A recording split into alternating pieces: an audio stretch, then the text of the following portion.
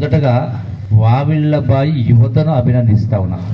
చిన్న పల్లెలో జిల్లా స్థాయి పోటీలు ఏర్పాటు చేసినందుకు మీ అందరూ కూడా ప్రత్యేక అభినందిస్తూ, ఇందులో క్రియాశీలక పాత్ర పోషించినటువంటి సుధాకర్, మల్లేష్, అట్లాగే రామస్వామి వాళ్ళు కూడా అభినందిస్తూ, పెద్దలు కూడా అభినందిస్తూ, ఇది అవసరం.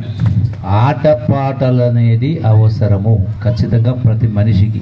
జీవితంలో ఆరోగ్యంగా ఉండాలన్నా, పైకి రావాలన్నా, రాణించాలన్నా అన్నిటికంటే ముఖ్యం ఆటపాటలు. ఆరోగ్యమే మహాభాగ్యం అన్నారు. అట్లాగే చదువు కూడా అత్యంత ప్రధానం. స్పోర్ట్స్ ప్రమోషన్ కోసం బడ్జెట్ కూడా ఇవ్వడం జరిగింది. తప్పకుండా ఈ స్పోర్ట్స్ ప్రమోషన్ కోసం నేను కూడా ఇప్పుడు చెప్తా ఉన్నా, మీ అందరి ముంగట ప్రతి గ్రామానికి నా నిధులకు వెళ్ళి, రేపు రాబోయే నిధులకు వెళ్ళి 100 గ్రామాలు ఉన్నాయి, గ్రామానికి ₹1,00,000 చొప్పున ₹1,00,00,000 నా నిధులకు వెళ్ళి స్పోర్ట్స్ కోసం ఇస్తా.